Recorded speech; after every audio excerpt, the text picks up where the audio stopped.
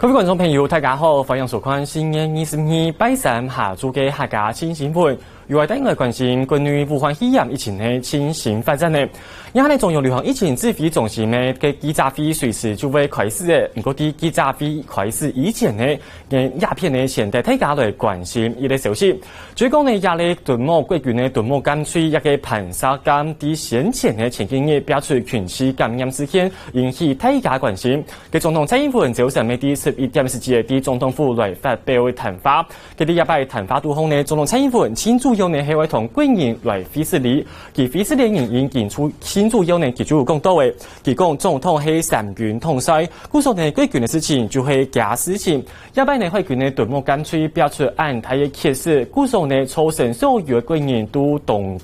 手理由，叫我為到安嘅事情來菲斯里。香港呢佢咪有講到嘅，亞國防部咪已經開始提出嚟初步嘅檢討報告，也已經提出嚟有其他揭示咧。總統蔡英文呢佢咪有講到嘅，佢有要求國防部講，伊個清工人者就希望呢大家呢都係老實講，我來講老實話，假設等到精密實施調查結果出來過後呢，佢咪絕對唔會去變轉任何人，而唔會去變轉其他人。香港呢大家咪係堅持而講，一下全世界疫情案例開，做埋國軍限係廿擺，限係堅持會出去做一個出防嘅應付咯。嘅總統蔡英文佢主要講到嘅，一下台海兩岸嘅時區，一個中國對岸嘅片，喺疫情發生期間，限係見到台灣嘅海外鴉片來源。故此呢，喺疫情期間，呢啲台灣嘅國軍呢戰備訓練，限係為早上來舉行。故此呢，就會有廿擺出防嘅應付。嚟睇下嘅下總統蔡英文啲早晨嘅談話內容。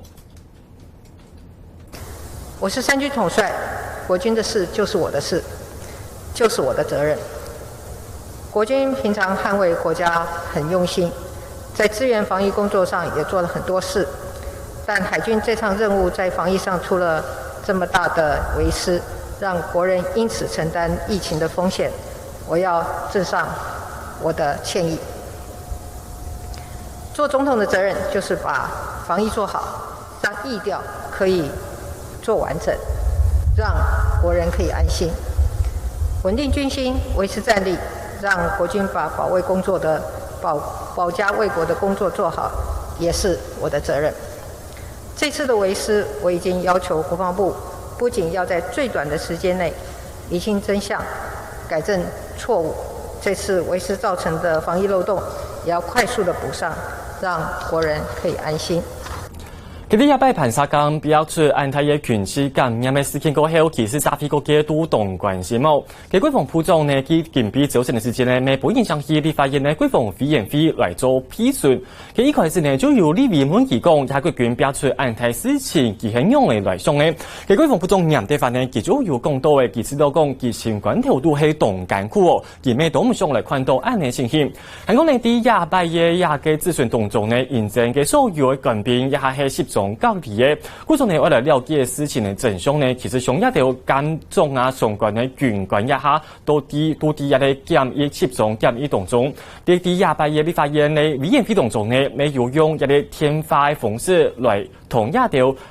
推總來了解當時相關方嘅情形。佢哋早晨諮詢嘅時間呢，立法委員呢就有問到一個國防部長講，也嚟講國際疫情案例開嘅屯某乾脆咁係有去出防嘅比較。嘅國防部長任地法佢就來回應講哦，其實呢也上係國軍人平常嘅訓練哦，跟一啲屯某人嘅有幫許多嘅片來形容自己國威係人當然都係來做事情。係講呢有錢呢嘅平常時嘅訓練係非常嘅重要哦，就係講認真一下台海時區係當緊張，嗰種呢一下平常時嘅海空嘅一條虎航嘅戰備訓練係係為早上來舉行嘅，嗰種呢將會來堅持會有廿擺嘅出防應付。係講呢從廿嘅無東西嘅呢位林聰做佢主要講到嘅，而呢認真先前呢國防部佢主要講嘅，講一個官員呢清楚要清楚時節係啲新嘅15時節將下船去到個體來發通，將造成一下呢可能殺機都可有傳播嘅風險。唔过呢，一下就如小姐讲的，一下有人就谈讲，其实一条上咁风的一条官兵啊，阿边个一条啲200连续假期，不用了时间没有人下船，就有人之前讲，一条系咪系做掉2大时间就已经做出去嘅，其实呢，以前做咗啲2大时间就已经开始拆开来嘅。不过呢，一啲国防部长杨德发佢就有回应讲，基本上呢，其实针对所有嘅官员都冇来做一条不用了嘅规定咯，冇管制一条系做唔得出去嘅，故所呢，其实内容事章发生嘅以前呢，一下行会继续来调查。韩国内地一到3台的军舰就屯木舰去到友邦配流访问的时间，一下呢咪有人调叫讲，唐讲基本上呢有台上去到上舰方，就讲讲台上系有可能咪系一条高风险族群咯。佢针对安全问题嘅一条国防部嘅官员就来进一步同大家来解释咯。就讲基本上呢，从喺100表述以前嘅盘沙舰，韩国有一个屋飞舰，一条基本上呢系啲讲都向夏天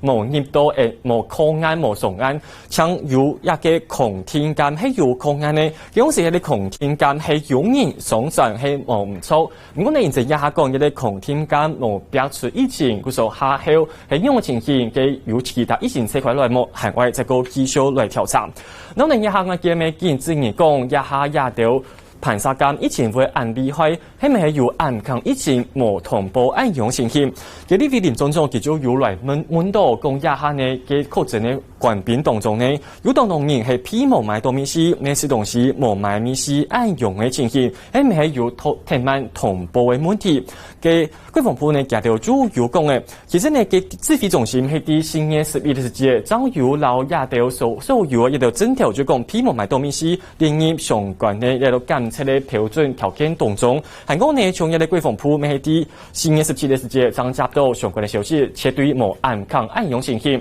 因為指揮中心嘅記者會停電就要來開始嘅，應該就來看一個記者會現場情形。官也同时到会场哈，然后在指挥官右手侧是我们专家咨询小组召集人张尚存张教授，那在我左右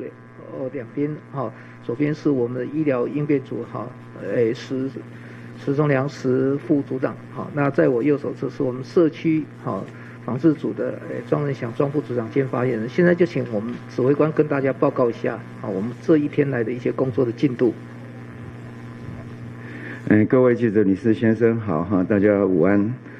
那我们今天要宣布有1例新增的确诊个案哈，那也是我们的敦睦舰队哈的实习生。那这个案子为20多岁的男性哈，在磐石号实习。那个案于3月23日出现发烧、咳嗽、味觉丧失的情形，经服药后症状改善并恢复。4月18日至集中检疫所隔离采检，一采的结果是阴性。那后续个案因出现鼻塞、嗅味觉异常的状态，所以19日由卫生单位安排就医，并2次采检，那是确诊哈。那总共在这个群聚事件里面，我们到现在哈，我们的这个磐石号里面总共有28人确诊。那卫生单位现已掌握接触者现在是692人。其中446人为居家隔离的对象，246人为自主健康管理的对象。那持续呢，我们将会持续对于就是说比较重要的一些公共场所的活动的足迹，会去调查，那也会公布上网。那所以相关的有关接触到或有可能的请自主健康管理那有状况跟我们1922或卫生单位来联系。那总共到今天，我们总共确诊的案例有429人，那236人解隔离。那总共呢343位是境外的移入，那55例本土病例，28例是我们的敦睦远训的支队。那6人死亡，236人解除隔离。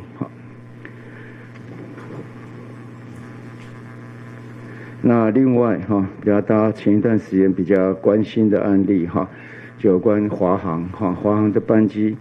那一班里面我们从美国入境的班机总共有12例的确诊，这大家都已经知道了。那现在我们全部的剩余的328人的检验全部都完毕了哈，那全部都是阴性。那另外国内的案件也是大家所关心的一个社会的案件，379例，相关的接触者123人哈，到昨天都已经监测期满，并没有发现阳性的个案。好，那这2个案子我们都会结案。那不过相关的人还请对于自己的健康或身体的情况还是要持续的注意。那希望出外还是尽量戴口罩，那少出入公共的场合。那整体在敦睦的舰队里面，现在在社会也引起很多的一些争议。那今天早上我们看到国防部也宣布了相关的一些处置的情况。那我们对于国防部有这样的一个负责任的精神，那当然是很好。那接下去当然还有一些相关的调查要持续的进行。那我们要特别的呼吁整个的案件请大家也多点关怀，少些责难。那最怕的我们是怕说我们自己自乱阵脚。现在讯息稍微比较混乱，所以讲说我们怕自乱阵脚。原因第一个就是我们现在还是有一个危机在，等于就是境外整个在国际上疫情持续的在发烧中。那整体敦睦舰队回来这3天对于社区这条防线，我们到底守得住还守不住？这是我们的危机。但是呢，在我们这里面有一些现象在目前是比较好的。持续到今天第10天了，我们都没有一个本土个案的确诊。那整体也因为出院的速度增快，所以我们医疗的准备也不会有问题。社区相关的一些准备也都持续在进行，地方跟中央相对的一些对一些关怀也好，或是我们居家检疫、居家隔离的关怀，也都越做越好。边境里面进来之后，持续进来的资讯系统也都能在我们的掌控之中。整体的防御的措施，在目前来讲，我们算是好的。而且大家可以想看，以前在居家检疫，人数特别多的时候，我们曾经达到，应该4万多人吧，最多到5万2，我还记得最多到5万2。那我们现在大概是9000多人在案。所以整体这而言，我们的准备应该是足够，我们的量能的应付一些突发的情况应该还可以。所以这是我们在目前来讲比较好的一个情况。那未来在我们的社区的准备，我们持续要进行，就好像讲说，我们把它分作3阶段劝导期、警戒期到管制期。那我们现在在我们的劝导期跟警戒期之间一个过渡期，那希望能够把后续的准备好，那希望把这样的一个过渡期能够持续的越久越好。然后第二个，我们要掌握一些相关的国际合作的机会，未来整体这样的一个疾病的控制，当然在疫苗跟药物相关的这些都是非常重要。那怎么样跟相关的有这些能力的国家维持比较好的关系，那即使能够取得相关的讯息，也是在下一步里面现在非常重要的一件事情。然后再过来是我们要持续的心理建设，大家要能够齐心抗疫，这是我们在未来这段时间最重要的一些工作。好，那我们今天就先我们的那个。我们的飞机不是昨天又回来类班机的指挥官还有各位媒体女士先生那么昨天晚上在大概是在9点15分左右那么我们武汉类包机从上海起飞的这个飞机呢，那么抵达桃园国际机场。那么这一班飞机呢，共搭载了229位乘客另外有14名的机组人员。那这229位的乘客呢，那这一梯里面的一个特色就是儿童人数比例相当的高。那么12岁以下的儿童共有53名，占全部人数的23%。另外呢，65岁以上的也有11位，那么占了5%，最高龄的是91岁啊。那么在整个机场的筛检过程当中，那么有发现有1名乘客呢有轻微的发烧现象，体温是37度3啊，但是经过我们的这个防疫医师呢，那么仔细的询问之后呢，尚有其他的呼吸道症状，那么鼻塞流鼻水的现象，所以为了安全起见呢，那么我们仍然直接呢送往医院，那么进行负压隔离病房的收治跟采检。那采检的结果呢，今天早上出来是阴性。好，那么至于其余的这个228位的旅客呢，分别送往2处的这个集中检疫场所，那么进行这个集中检疫14天，预计解隔离的时间是5月5号。那所有的这228位，那么也在今天中午2点前完成了采检。那么至于补充说明，前一日就是礼拜1 20日的这个专机共231位，里面228位加上3位就医的，全部的采检结果也都是阴性。以上的报告。好，那我们今天的报告就到这里哈，那我们就可以提问。指挥官好，这边是东森新闻提问，想跟您请教一下说，就是这个磐石舰它的抗体结果出炉的细节，是否可以分析出发病的日期，还有是谁最早先感染的？那因为目前帛琉那边传出都是阴性啦，那现在的话，抗体结果可以知道是来自哪里的感染源吗？可以推估是可能是什么样状况，可能把病毒带上船，那在船上已经是第几波的感染了？那第二题是想跟您请教一下说，就是在当初让这个磐石舰的人下来之前，曾经有一个左营的联检小组上船去做评估。照理讲，这个小组要做什么事情？它的 SOP 是什么？再麻烦，谢谢。这个我们关于血液抽血的一些相关的结果也是陆陆续续现在在出来，但是因为还不完整。好，所以我们还是等的都完整了以后，那请专家们在张教授领导之下，能够把它分析得更完整，再跟大家来做报告。因为我们这一批里面大概就分了3个地方，三处就是中研院那台大跟我们昆阳3地一起来做，就分开都做300多这300多这样子。那做完以后，我们有些实验室的差异或者一些情况的不同，那可能需要更多的一些研判。那基本上大概就是说，我常常讲，就是说我们在检疫，其实就跟我们在下飞机一样嘛，不是说是一下来就走了，或者说我们在集中检疫的时候情况一样，集中检疫的中间有状况就要来回报，那回报就要采检，那经过这样的一连串的一个健康的一个监视，才会有解隔离，所以在军方在上去做这样的一个联检的时候，对于这个内容或者对他的一个中间的一些医疗的报告，那恐怕就是要更仔细、更详实。那因为我看他们的报告里面，他们是着重于在14天前。那确实这次在这里面在14天里面或14天以后都有可能有一些变化，所以在上面里面就变成是有一点，我认为在这一点可以做得更确实一点。那确实我们在台湾也一样这样的一个案例，我们是上次有几个案例都过了我们的一个集中检疫期，那才有症状才采。所以那时候我们就开始决定，就是说要解隔离解检疫前，我们会先询问过他的一个相关身体的情况，或者 review 他相关的一些症状，因为这几段时间症状一直在变，所以他开始有时候在问在反应的时候，那些症状不会被注意到，可过几天之后，像这段时间嗅味觉的症状似乎看起来好像很有它的一个鉴别度。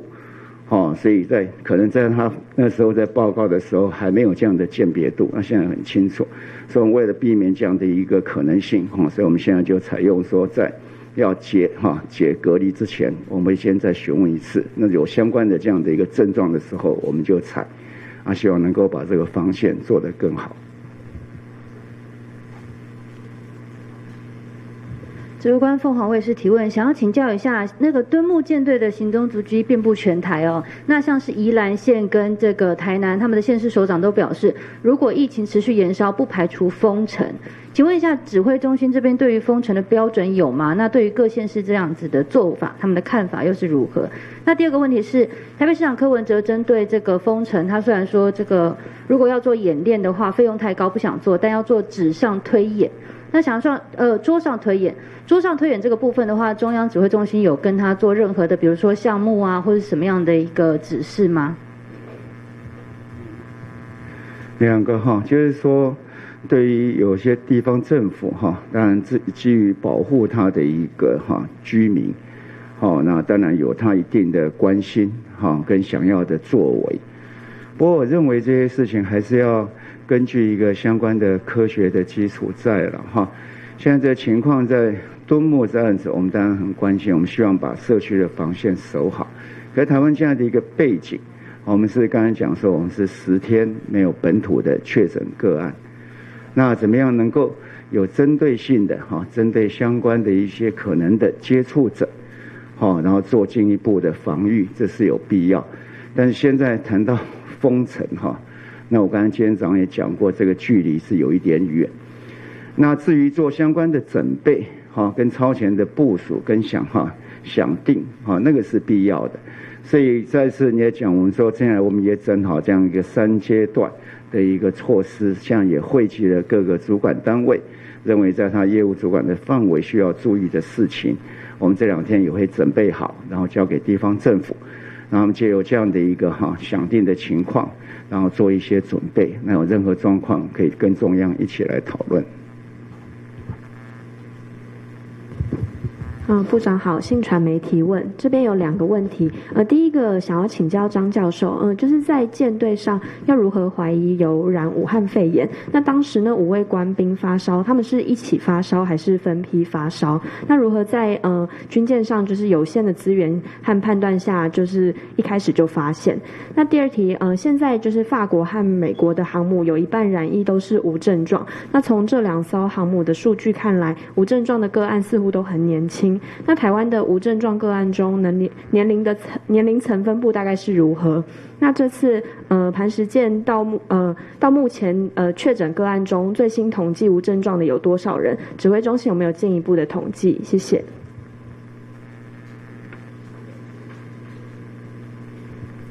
好，就一个临床医师来说，确实不容易，因为这些武汉肺炎新冠病毒感染的表现，我们说过很多次嘛，那从轻微的发烧、轻微的咳嗽，那到发烧加咳嗽，那甚至有流鼻水等等的哈。当然比较特异的，当然就是嗅味觉在一般的感冒里面很少会有嗅味觉异常的或者丧失的状况，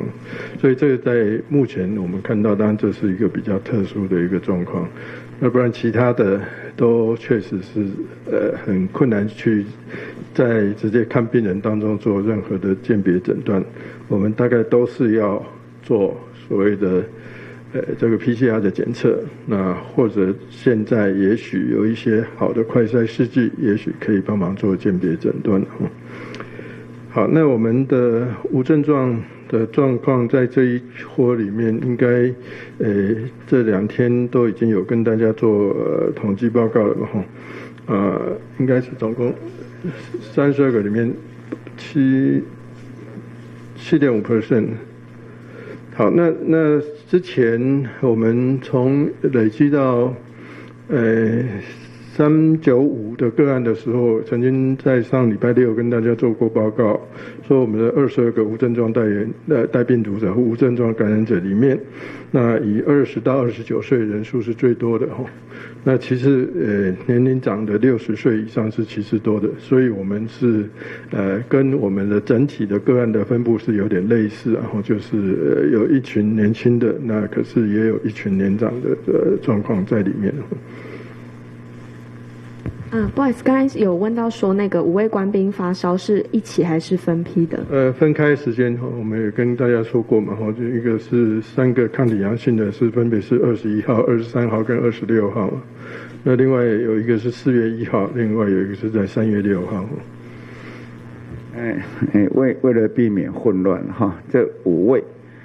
当然是现在我们所掌握到的，确实在上面有记录是发烧的，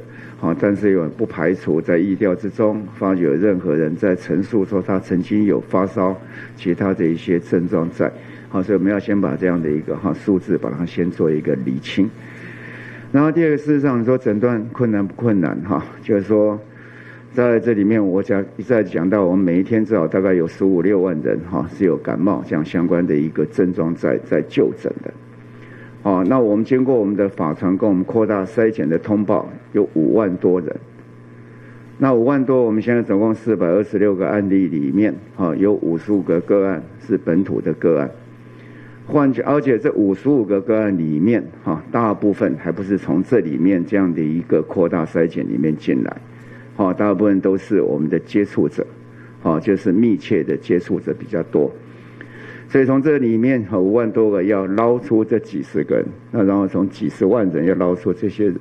事实上在诊断上是非常的困难的。所以说你要问说诊断困难不困难？很困难，因为症状没有那样的一个，就是没有那样的特异性那么高。所以要靠很多的这样的一个平常的诊断的方式，事实上是很难的把它鉴定出来。但是我们到现在整体的社区，我们到现在本土案子能够这么少，那我们的医疗的量能或者我们检验的量能并没有大量的被耗费掉，让我们这些量能都变成不足的情况下，当然像第一线的医疗人员的功劳是很大的，他要从这么多的人里面帮我们找出这5万多个人。然后这5万多人经过我们的裁剪精密的这样的一个 PCR，然后找出这一些人来，然后把这些人守好。那目前我们还守得好，所以这是一关一关，其实大家都非常的努力，那靠着我们平常后置的一些医疗的能力，才能把这一关守得好。这边有2个问题，第一个可能要请教副指挥官，就是有关于。因为我们知道内政部里面有到海巡署的业务单位，所以我们真的想问，就是说包含所有的船舶、商船、渔船，还有各种的船舶，他们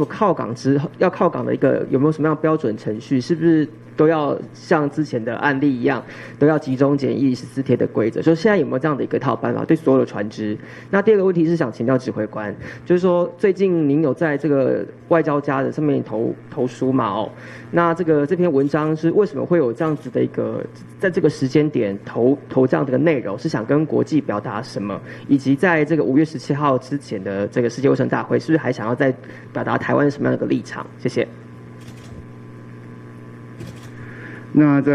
我们在这个在每年卫生大会这段时间，我们都会运用这样可能的一个世界的关注或是一个新闻的关注度，那我们就会投书到世界一些主要的媒体上，希望能够替台湾发声，让知道台湾愿意参与国际的社会，那台湾也有这样的一个能力，来做对世界有用的事情。那当然台湾也需要参加这样的一个国际的组织，增强我们对世界的一些薪资的分享，那这样有助于台湾的防疫的能力的增强。好，那不管是这个渔船、商船，那我们对所有船舶，基本上我们把它分成是国内线跟国际线。那只要是它在维持是在国内的航行的部分，当然就不会有这个受制于居家检疫的这个管制，但这个还都是前提是它都不能有任何的去接触所以这个要特别说。那像国际商船的部分，原则上它还是要居家检疫14天。那我们在前几天特别说明的是，它要取得30天可以采取这个自主健康管理的方式的前提是，它在30天的这个航行日志里面，都必须是明确的记载它没有任何的接触，在航行途中没有任何的接触，那所有的船员的健康状况也要特别的这个记载清楚。那我要特别说明一下是国际商船的部分或是远洋渔船的部分，因为它必须记载每天在航行日志上面这个船员的健康状况，也是在国际公约里面规范必须明确记载的事项。那这一块呢是必须船长要负责任去签名的。必须要签名的哈。那依照我们在边境的管理上面是72小时之前，那船舶必须要先提交到边境来做这个审视，那他也要在入境的时候去填报这样的一个健康声明的资格，那要完整的去填写。那这个船长要负起这个相关的责任，还有船务公司也要去负起这些相关的责任哦。中国时报，不好意思，我想要请教一下，以今天新增的这个案例，他在3月23日就出现发烧，那昨天的425案也是在3月23日就出现发烧，那可是当初那个第一时间我们所说的军方这边提供是5位军人发烧，我想问说为什么这2天新增发烧的当初是没有通报吗？或是说他们没有就医记录？那是通报，为什么这样子通报的状况会有所落差？原因是什么？那我还想问说，那接下来就是像这样子的状况有发烧，可是我们在记录上没办法看到这样的个案，我们有评估说他可能还有多少吗？谢谢。这个案子先补充说明一下，这个今天的案，最后这一案3月23其实是开始咳嗽，那他是3月26号的时候发烧，所以是我们跟大家报告抗体阳性当中的一位，所以其实是同一位学员所以这个今天看到23是因为他的23号就有我们疫调结果是23号就知道开始有咳嗽，那其实是发烧日期是26号，那就是我们跟各位报告的3位抗体阳性中的一位。这个就是原来在里面有发烧的5位中间的一位了哈。那我们在一采是阴，然后抗体测验是阳，然后进来我们在2采是阳。就是原来发烧的5位，不过我还是要再跟大家讲，就是说，我刚才讲说，这是我们在报告里面看到的5位。那我当然不排除有任何人在期间有发烧的情况。这个我刚才已经一开始刚才在问的时候，我就跟大家讲，这东西可能他有自觉的发烧也好，或者他自己量没有报告也好，都有这样的可能性。就好像你问我，就是说你前2天有没有咳嗽？我说没有，但是你说在电视上就看到我有咳，情况是一样的啦。但是我们在疫调里面是力求这样的一个精准，才能够判断这样的一个来龙去脉，并不是要来查说它中间里面发生的情况，并没有在那个第一个时间来做报告，这2个的差别是很大的了。就好像我要问就是说，那前2天你有没有咳嗽？我今天中午才流鼻水，对。那你再2天问我说，我这2天有没有感冒？我说没有，所以这种这已经到2-3个月就一再讲，就是说，在诊断的时候，事实上在问诊的时候，那个差异是很大的。那怎么样在问诊的时候，靠着医生的一些经验去做一些判断？是有意义的症状，还是临时的，还是可能有造成什么样的影响？这些都是非常的专业跟经验才能够累积这而成的。那我们今天在这里面，在疫调里面，每一次报告出来，就是说他曾经陈述过这样子的情况，或者他那时候觉得是没什么，可是在被人家就是说提醒之后，他才回想起来，可能那时候有这样的一个情况。就好像各位也一定会有这样的情况，就蒙起来碰是不安乱特别你现在觉得有奇怪的时候，你就觉得好像上个礼拜干嘛夯，那到底那时候是因为有发烧而没报，那还是你当初那觉得没什么？可是当医生在问你的时候，你就会讲说，那2天有一些怪怪的。好，那这些都是我们在收集的讯息，那以利我们做各种这样的一个路径的一个参考跟判断之用。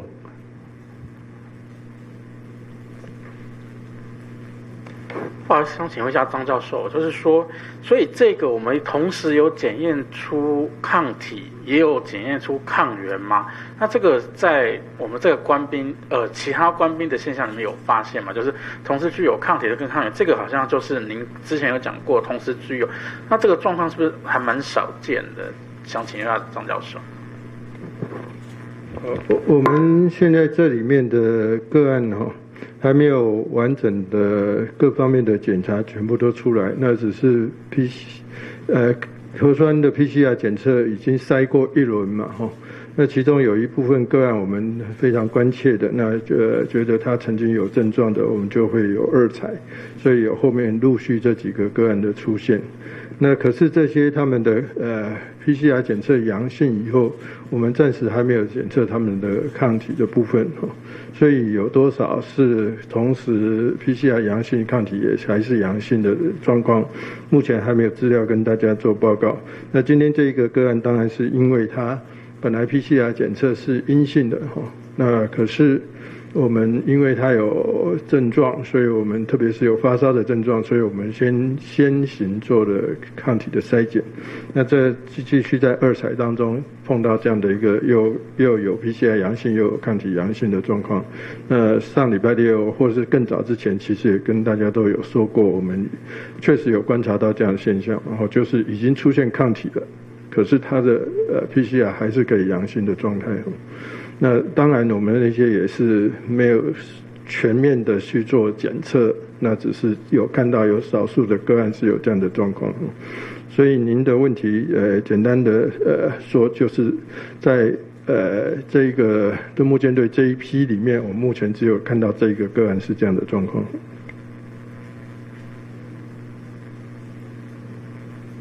不好意思，联合报这边2题提问。第一题是想要问说，就是疾管署在4月3号的时候，其实我们就已经有发布新冠肺炎的通报定义，我们要新增那个嗅觉异常等的一些项目的一届通函。那好像今天有提到说，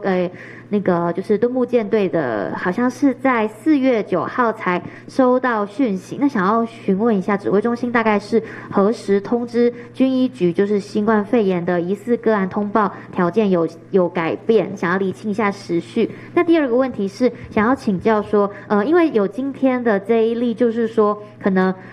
就是有抗体，但是之后做病毒检测又是阳性的这样子的感染者，那想问一下说，如果未来在磐石舰或者是之后的其他个案上面，我们有发现说，有人是采检阴性，但是抽血的时候有抗体，那他身边的接触者，我们可能会需要做一些其他比较特别的健康管理，或者是说居家隔离之类的嘛？因为想要请指挥中心帮我们呼吁一下，让民众知道说大概怎么做。以上，谢谢。大概4月3号，我们更改了新增的这样的定义之后我们大概通过健保署跟卫生局的一个通函通则就让所有的一届人能够知道这样的一个我们对这样的一个症状的新增。好，那第二个你问了一些都蛮有趣的问题了就是说有抗体那对他的接触者，那我们要 tracing 到多远还是对他的症状自主观安力，其实这里面衍生了很多的问题。像我们刚才讲，以前我们会想，就是说，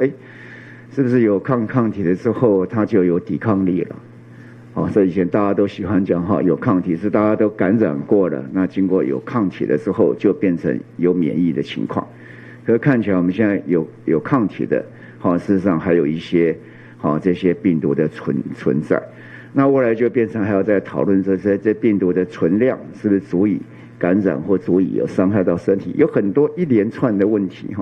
其实这就是一个现在我们在面临新兴传染病的时候，大家不断在面临的问题。我还记得最早的时候，我们还曾经有对于就是说，如果快筛那个流感是阳性的话，我们可能基本上先排除这样的可能性，因为那时候我们认为这两个可能不会并存。可是后来我们就把这个条件都拿掉了，因为我们发觉有很多并存的可能性，所以它一直在变那张教授进一步跟我们再好，还是要跟先前跟大家报告的，然后就是到抗体出现，后来它基本上病毒量就已经开始下降，那只是下降的速度没有说到说抗体一出现它就马上就不见了所以还共存了一段时间。不过这一段共存的时间越往后面，大家就也说过，它越是那种时阴时阳的状态了那时阴时阳的状态出现，通常就是病毒量都是很低的时候了那在这样病毒量很低的时候，也往往就是不容易再把病毒培养出来那病毒不容易培养出来，当然有很多的状况会造成我们病毒不容易培养出来。不过一般性的概念是说，当你病毒越不容易培养出来的时候，这个时候会传染给其他人的机会就是越来越小的所以在这个当有抗体，那最后我们是不是还要做多次的 PCR 的检测？那当然是我们是会看病人的实际的状况而来做一些讨论跟决定不过原则上，如果要说它是不是还会有很容易传染给别人的机会，基本上应该是学理上或是我们认为应该都是比较不容易传染的机会的。不好意思，要确认一下，是说我们把这个新的医界通函去告知军医局，是一样也是在4月3号当天我们就告知了吗？我们有发治医界通函跟给卫生局都在4月3号。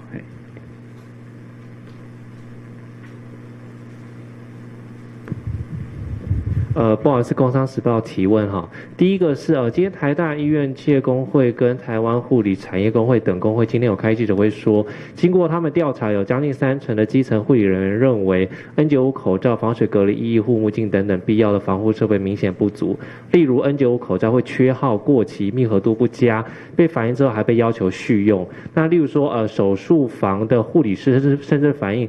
无论几台刀他一整天都只能用一副口罩。那对于这样第一线医护的各项防疫物资的充足与否，我们指挥中心掌握到什么程度？那这些问题什么时候可以解决？第二是有关防疫旅馆的部分，我们指挥中心有发布这个设置指引，那有旅馆工会反映就是说，我们中央并没有明令要求防疫旅馆不可以收一般的散客。那如果这样一般的这样健康的房客他染疫的话，可能就变成求偿无门，也会让民众丧失对这些一般旅馆的这个信心。那同时间现在其实有发生就是不是防疫旅馆的旅馆去收居家检疫者的情况，那最近就有这样的新闻。那这样受访的地方卫生局是说，居家检疫者入住任何一个旅馆，他只要14天没有外出，业者跟居家检疫者都没有违规。那如果他这个旅馆它有动线重叠、相邻一般住家的问题的话呢，卫生局也只是建议他不要再私接，并没有罚则。所以请问指挥中心，第一，我们会考虑明确要求防疫旅馆不得收这种非居家检疫的人士吗？就是散客不能收吗？第二，非防疫旅馆如果私下收居家检疫者，我们会定罚则吗？因为没有罚则，人又继续住那边，房钱继续收，那这样的防疫漏洞可能会层出不穷。那最后就是，无论是或不是防疫旅馆，如果健康的房客或旅馆周围的邻居或旅馆员工被这个居家检疫者，那后来被宣告是确诊者传染的话，那我们会沿你这个求偿管道嘛？谢谢。你后面那些答案都是不会了哈。它实质上不在于这样。那你接下来的问题，我们接下来就是说，那检疫者可不可以住在家里面？因为他隔壁有住人。对，这里面是一个实质的检疫跟隔离的问题。不在于说那个地方是什么地方，它要确实能做到。刚才讲就是说，相关动线的分离，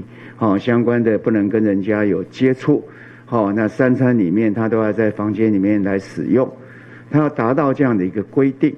那相关有公共场所接触的地方，那地方可能就要负责把它消毒好。如果他出来拍照，不在他是检疫旅馆或非检疫旅馆或在住家，那都违反我们居家检疫的规定，那都会予以处分。所以在这里面不在就是说这个旅馆他收了检疫的人，或者是一个非检疫的人。只要他能够把检疫的相关的措施做好，确实遵守居家检疫的规定就可以了。那否则这样的一个居家检疫就没有办法去做。那所有的人都不能去回家去了，因为你隔壁有住另外的人在。那居家检疫呢，是不是高风险？风险是比较高，但跟确诊者是完全不同的一个情况。有关于刚刚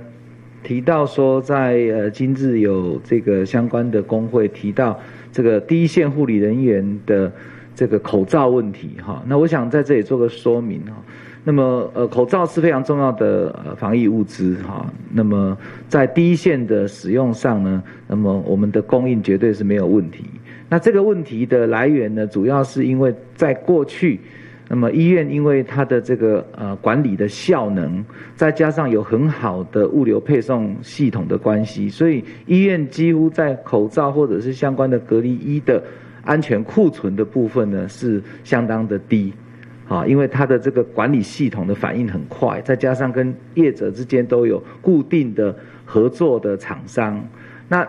当这个疫情爆发，那么我们开始征用口罩的时候呢，那因为医院本身的库存量不多，因为平日是靠很好的物流管理系统在运作，所以当发生有这样的这个统一，它不再有办法直接从厂商调到这个货源的时候，就开始忧虑到口罩的供应，因此就开始有一些这个省吃俭用的情形啦，就会刚刚提到说，可能一天只有配发1片或2片来使用。那但是随着我们整个这个因应策略的推入，还有口罩的量能的这个增加之后，我们目前做了2件事情。第一个呢，请各医院重新调整安全库存量，在4月20号已经请他们大家都重新调整了。那第二个呢，也借这个机会，那么也让所有的医院了解那跟第一线人员了解，现在我们在医疗用的外科口罩的部分的供应量是绝对充足的。所以不用去担心说未来又会断货的问题，而这个非常的拮据，该用就用。那么以这个医护人员的安全防护第一，以病人的安全第一来考虑，那么在外科口罩的供应上是不会有问题。所以这个是跟大家说明。至于 N95 口罩的使用，我想这个各位可能比较少戴上 N95 口罩。N95 口罩其实是相当的不舒服，所以只有在特殊的场合下才需要戴到 N95 口罩，因为你没有办法好好的穿戴，反而把自己暴露在一个风险的环境之下。所以希望那么按照我们这个 CDC 有发布的那么个人防护装备的配置标准，那么来适当的使用 N95 口罩。那这是我想做这样的说明。我想那个口罩这问题也让大家也都困扰很久，那常常在记者会被问到。那在第一个时间的时候，我们的医院就像刚才司长所讲的，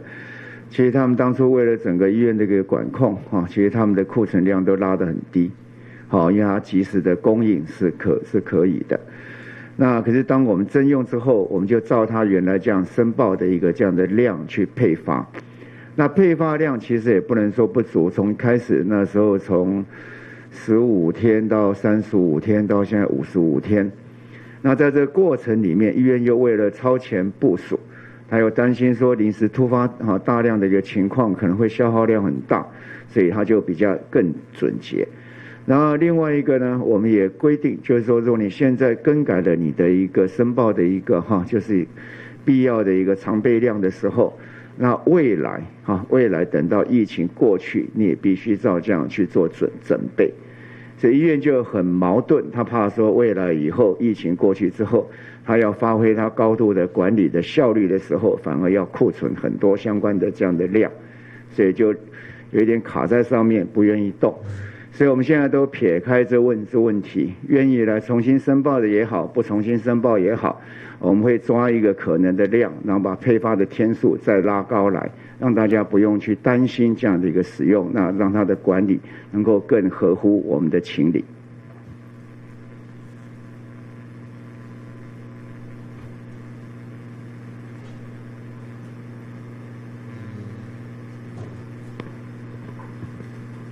自由时报提问，想请问，因为今天敦睦支队长他在立法院通话说明的时候，就可以听到他很自责、很哽咽，情绪波动很大，所以想请问我们是不是有请专业的心理辅导人员来协助这些隔离中的士官兵？然后第二个问题是说，因为现在敦睦这波的感染源还没有很明朗，那今天驻帛琉使馆有初步检验都是阴性，所以想请问台湾这边这一波大概观察期会到什么时候才能比较安心？那接下来对于社区的防堵，我们有什么重要的策略？例如对于左营营区，我们会不会规划要做整体的筛检，或者是抽检，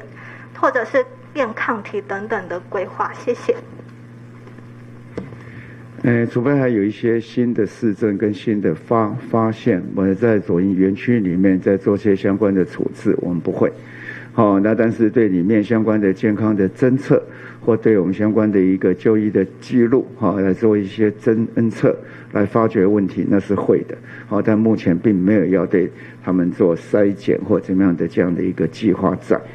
然后第二个，在帛琉针对相关的使馆的人员第一波嘛，相关的工作人员做筛检，第一波出来，那没有，当然很好。那他们还会持续的一些相关的检验，那我们这边相关的检验也在做。那双方的资料到时候大家再来 match 看看，他们有些发现哈。那前面那位你问过一次了，对。所以刚刚好，我想请教一下，请问那个张教授，刚刚有提到说，抗体出现的时候 ，PCR 验出阳性这个部分，那其实现在欧美国家，例如以德国为例，他们跟美国，他们其实都希望可以用检验抗体的部分来确认说他们未来，希望可以尽快复工的这个他们的策略。请问这个会有影响到所谓的检验抗体？那可能是不是会里面还是会有类似这样的状况？那这种方式对于接下来他们要用检验抗体去让他们自己的工作生活逐渐恢复，会有影响吗？谢谢。好，第一个当然就是原理上是说验抗体阳性以后，认为这样的人已经感染过，不会再发生第二次感染，所以他们比较可以正常的生活、正常工作，不必担心再碰到病毒会发生再次的感染，这是基本上的原理嘛。那里面当然你说会不会验抗体阳性的人，他还是 PCR 也可能阳性，我想这也许会占少部分的一部分的比例。那不过刚才说了，这样的一个 PCR 阳性代表的意义，那对于说还会不会再传染给别人，其实我们还没有足够的证据了哈。不过想象中，因为它的一方面是因为病毒量都已经很低了，二方面这样的个案大部分要去做病毒培养都培养不出来了哈，所以他也不必再担心他还会对别人有特别的威胁，所以你就一个国家一个地区，当他已经因为比较大规模的社区感染而做封城的时候，那后面想要做所谓的恢复比较正常的运作或正常的生活，用这样的思维当然也是算是合乎常理、合乎学理的一个做法了。那不过这当然另外要背后就是到底这样的社区传播已经有多少比例的人得到感染。你如果是1%、2%、3%，其实对整个社会的完整要运作其实还是很有限的哈。那即使10%到20%，恐怕也还不是很足够嘛哈。那说要完全到抗体阳性，然后这些人就正常，其他抗体阴性人就暂时继续关，还是继续不出门，这其实都还是有很多的背后要讨论的，有的详细的去讨论的一些事情呢。好，我们时间差不多了，是不是？在大规模的社区传播之后，要解这样的情况哈，用这样的一个抗体的哈，是有它的一个科学性的哈。那可是，在台湾，你目前这样子哈，我们大概很难用这样的一个方式来当做我们的一个根据。好，实际上可以想象这样的一个背景里面验出来的字，可能对我们这个公共政策上面好的一个注意并不大。然后另外刚刚也问到，就是说对于检疫所里面哈，大家一些心理上，我特别要讲，就是说大家要多一点关心哈，所以我们今天早上也请检疫所去了解一下大家的一个心理情况。那如果有一些心情波动比较大的，我们也请心理医师或我们心理咨商师哈相关的这样的一个心理的辅导的人员，好能够跟他们多加关怀，希望他们能够度过这样子一个难熬的几天。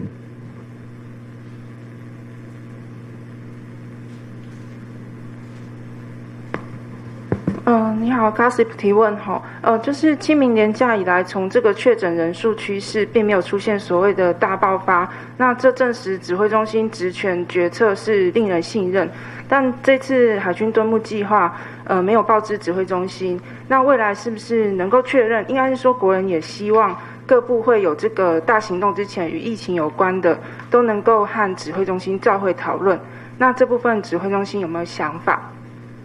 第二，台北市副市长黄珊珊昨天有受访时有提到，这场疫灾是在考验我们对人的信任。指挥官怎么看这句话？谢谢。第二，当然现在我们整体的作业，不过国家的作业差不多是这样子了哈。中央政府定政策嘛，那相关的单位去执行我们有关的一些政策。那有一些政策觉得自爱难行，或执行有疑义，那可以跟我们这边来商讨，我们来修订。那整体这样的一个疫情，这次的疫情当然跟以前的疫情，不过每一次的疫情都有一些不同了哈。这疫情它多变化，好，所以大家在修订政策的时候，大家可以多讨论，好，那这样的一个政策能够更精进。那至于地方政府跟中央政府在这里面，当然没有分什么地方跟中央，因为病毒不会认识中央还地方嘛，好，只要我们有破口，它就进来了。但整体的防疫里面，那有很重要的一件事情，就一方面我们在弄的时候，就不能说过度的去做，过度的做，但是说打这个101分、105分，那这会发生什么情况？会到当我们正需要的时候，那我们的这些相关的这些准备就不足了。比如我们检验，大家都有一定的量能在。如果我们一开始就过度的把全部人都找来筛，那筛了以后成果不好，但是我们的检验的试剂量能整个就往下降。那这是在指挥中心里面非常困难的一件事情。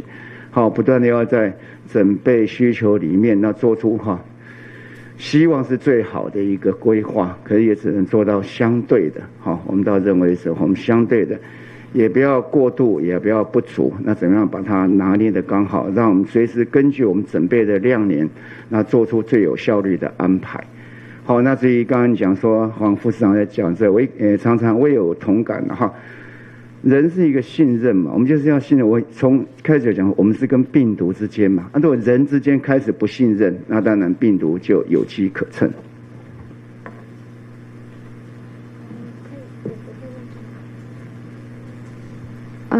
所以刚才想请问一下，欧洲曾经有实施禁足令，那接下来的5·1连假，你觉得禁足令在台湾实施的可能性？那如果要实施的话，有没有具体的方式跟措施？谢谢。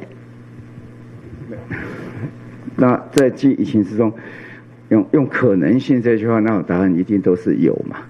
好，当然都是有可能性嘛。好，但要问说可能性有多大？好，那我一开始讲说，以我们刚才讲，我们有几个的危机，跟我们几个现在一个有利的情况，那根据这样的一个情况，我们当然会做制度的调整。那什么时候要做？我们刚才讲，我们有订立了一个，从开始的一个劝导期，那到我们的警戒期，到我们的管制期，那到了管制期，那就比较类似像封城这样的动作会做。那我们现在离那里还非常的远，我们现在最多在我们的一个警戒期跟我们的劝导期之间的一个过渡期。好，所以准备是要做，那过度的恐慌是没有必要的了哈。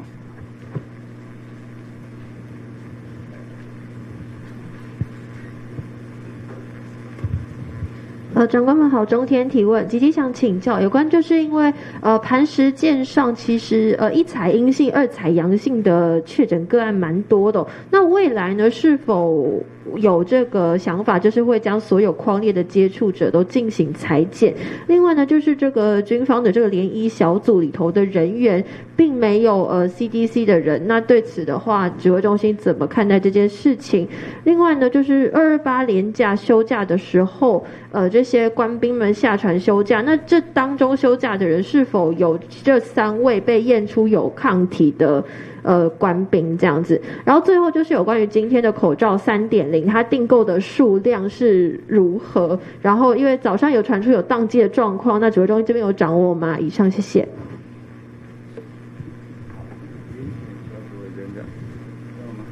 有没有下船？那一波下船，就说在2月还没有起航之前，你指的是那一段嘛？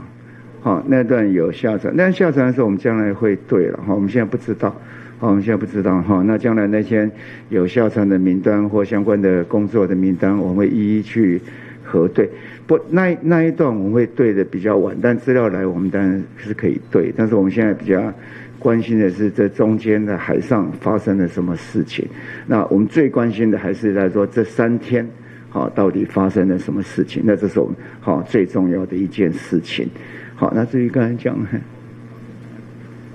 口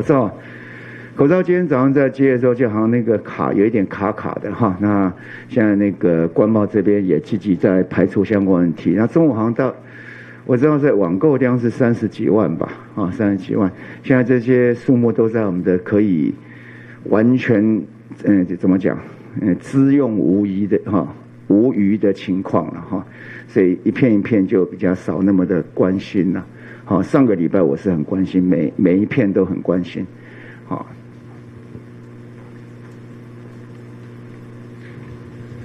TVBS 提问，想请教，就是今天军方的报告有出来说，因为晕船向军医就诊的这个有62个人，其中就有6个人是确诊的，那这比例其实蛮高的。那这个所谓的这个晕船记录啊，会不会其实是那个军医他轻忽判定？目前我们有跟这个军医来询问结果吗？或者是说晕船它其实头晕也有可能是它的症状之一？那第二个就是我们刚刚也有提到说，那个228连假的这段期间，他们官兵有下船吗？那有没有可能是那个时候，他们受到感染，然后带上船的呢？谢谢。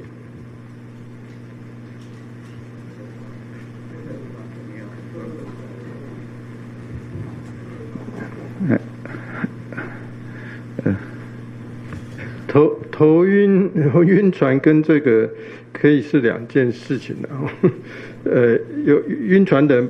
不表示他不会得到感染所以我觉得这是完全是2件事情。那晕船的那一群人当中，刚好有几个人得到感染，你不能说头晕就是这个就是这个新冠病毒的表现之一。在我们没有上传的其他的个案里面，没有看到说头晕，然后只有说有头痛的那是它的表现之一，没有说晕船的那样的模式说是一个新冠病毒感染的症状之一你说228连假的时候，我觉得这个我们都还需要很多的资料，就是这个整体他们的检验的结果、疫调的结果，那最后再做所谓的综合判断，到底是有没有可能是在台湾带上去的，那或者是并不会在台湾带上去的。这个我想需要完整的调查资料以后再来做综合的研判。OK， 张教授好，不好意思，我是苹果日报，想请问一下，就是说，因为张教授刚刚有讲到说，检验出抗体为阳性，同时 PCR 检测也为阳性者非常的少，那想请问一下，国内之前有类似的个案，还是说这一次的个案是国内比较罕见的2个都是阳性的一个首例呢？我上次给大家看的那个里面我们做的一个个案报告也是有这样的状况的那是我们很初期的一个报告。那后续当然是有一些因为个案都分在各个医院里面那所以各个医院里面他们或许也有一部分个案有做抗体的检测，那可是这个资讯并没有完全集中到这个疫情中心来，所以我没办法告诉你说到底有多少个案是这种样子的那今天这个个案当然也是因为这个整个调查的资料或检验的资料也都是在疫情指挥中心所掌控的，所以可以跟大家做清楚的报告说明。好，我们今天记者会要到这里不过大家一直都很关心我们这个传染的路径嘛好，那我想就是说，我们把这个相关的资料收全一点那到时候再来大家一起来分享。好，那我想这个案例也是对我们是一个很新的一个经验不管是我们的疫情中心或学术界或是国外也都很关心这样的一个案例。好，所以我们把资料收好了，我们一起来谈一谈。好，现在有时候太片段的讯息反而造成一些不太正确的印象，那反而对我们整体后来的一个讨论可能就会造成比较不是那么好。好，那再过来就是说它也对我们未来政策的拟定上面也很有意义。好，所以我们有清楚的一个面向的时候会跟大家来做报告。好，那我们今天记者会就到这里谢谢大家。好，亚内中央流行疫情指挥中心的记者会就已经结束了，针对因近批关于进行的疫情，亚内指挥中心就宣布因近批总共有新增加一类确诊个案，其系一类敦睦甘水其中一类14人一类14人呢，就一类个指挥中心的了解，其系一类20岁的男人，其系第3年，其实3个时间就发现检测韩国有发烧，另外韩国有是同时无买米些相关症头，不过呢，其系第4有过后有卡得来就有卡好诶，今年呢，其系第新年18，咪就系一个国防部老师有官兵很专去接种教练时节，有再个来对其来做采检。不过呢，一个一采结果系阴性呢，都系新年19，咪就系各位天然热，亦有批公测试，韩国有批唔多米些相关症头。第19个日，基本卫生单位采检就系啲健鼻确诊呢，亦系健鼻新增加嘅一类确诊个案咯。亚呢一个国军呢，敦睦甘水嘅确诊人数已经来到283人，韩国呢一下呢嘅国女嘅确诊人数已经有426人，嘅其中呢嘅一例系健鼻新增加嘅，另外呢一下总共有6例死亡，韩国有236例已经解除隔离嘅。嘅先前呢大家有对有条个案系特别的关心咯，嘅指挥中心就有讲到嘅，就讲第3年代，就系第3年30时节，有一边对美国纽约比到台湾来嘅比样机，亚呢一个比样机方已经有15人下来确诊呢。故所呢指挥中心每特别针对所有人下来进行采检，亚呢其他人下总共有328人，亚下采检结果都出来嘅都系阴性呢。按用手机每本大家有卡风险没有？韩国呢也嘅按379系另外一类案呢，一类379系咧酒店嘅公关，而先前呢咩唔低对内测未到嘅。而亚下指挥中心面对有同期接触人有173人来进行采检，也呢未都冇发现系阳性呢。喺指挥官陈时中就有亚下呢就讲到嘅，其实呢亚下关于疫情呢上系有卡乱嘅情形咯。而望呢睇下呢，为对亚条沙飞呢为多条嘅关心咯，对亚条相关嘅一个确诊者为唔好按到批评，也呢睇下轻强嘅就讲，自家唔分天，自家按乱。故所呢睇下还系要特别注意，一条危机亚下系对国外，现在后面疫情还系动厉害。故所呢指挥中心未有讲到嘅，其实呢亚下应同国际合作未系同重要嘅，为同世界上有能力的国家来维持较好嘅关系。稍来呢可能还会啲一个约嘅，韩国有疫苗也方面会有进一步嘅合作，希望呢大家为做好心理建设来强下来做好防疫咯。第记者会前面时节，嘅亚嘅指挥官陈时中没有讲到嘅，讲其实呢亚洲从喺国军嘅盘杀监亚八嘅案呢，其实对大家来讲都系一个较新嘅经验哦。嗰种呢大家对亚洲感染源头海外技术来追踪，海外技术来了解，嘅假使会有海外详细研究同海外详细结构出来过后，听说会同沙皮台中来做解释。咁以上呢就係亞八嘅客家清新聞，嘅有關疫情嘅清新消息，繼續同來中國。